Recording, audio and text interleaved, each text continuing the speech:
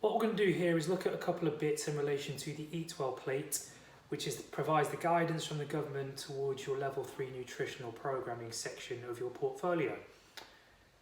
We're going to break down how to look at the different macros involved. So we have carbohydrates, fats and protein, how to work those out as calories and how to work those calories out as grams. So as you know, you're required to keep a food diary, or your client is required to keep a food diary, and you're supposed to analyse it.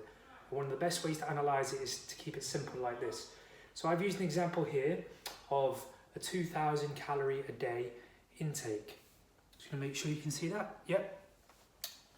Okay, so 2,000 calories a day. I've gone with a split that utilises the guidelines that have been given to us. So we've got carbohydrates, 50%, fats, 35%, protein, 15%. So with this, I've drawn that proportionally so you can see it visually. I think it's very important to see things visually so we understand it. So if we've got 2,000 calories per day, to meet the guidelines, we're going to fall within the bracket of 50 to 60% carbohydrates, 30 to 35% fat, and 10 to 15% protein. So I've kept it simple and gone 50% carbs, 35 fat, 15 protein. For the carbs, we just work out 50% of 2,000. So 2,000, halving it in other words, you're going to get 1,000 calories, which I've put over here.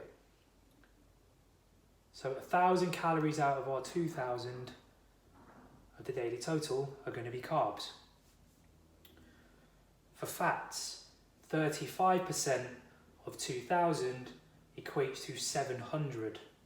So we have 700 calories of fats from our daily total of 2,000. Then we've got protein. So protein is 15% of 2,000, and that works out as 300 calories. I don't know if you can see it from the light, but I've put 300 calories down here. And that's all stipulated and highlighted in red. Now, there's the calories, but in terms of weighing food and what that might look like from a proportion point of view from grams, we're going to use the numbers that we know.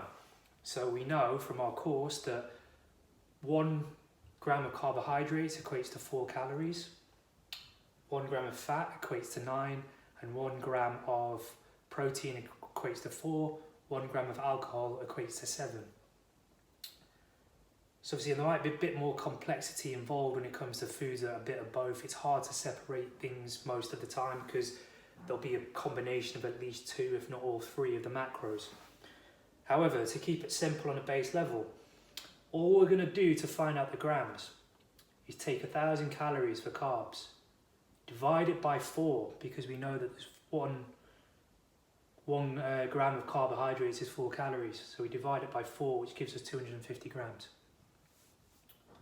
What we do for 700 calories of fat, we divide it by 9 because we said there's 9 calories per 1 gram of fat. That gives us 78 grams of fat. Protein, we're going to divide 300 by 4 because it's 1 gram of protein is 4 calories, gives us 75 grams. So now that gives us a map of our food. So to hit that 2,000 using this proportion, our client wants to get in 250 grams of carbs, 75 grams of protein, and 78 grams of fat. This is using the example of 2,000. You can do this with any combination you like, but remember you're not a dietitian or nutritionist unless you've got extra qualifications.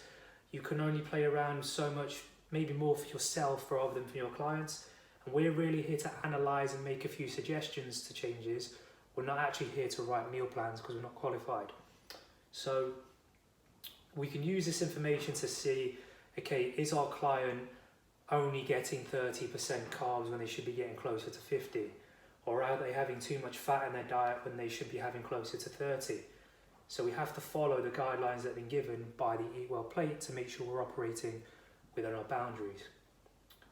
So I hope that makes sense and it's cleared up a few things for you. It's a nice strategy to work things out. and that is a surefire way to analyse our client's food diary when it comes to calories and grams per macronutrient.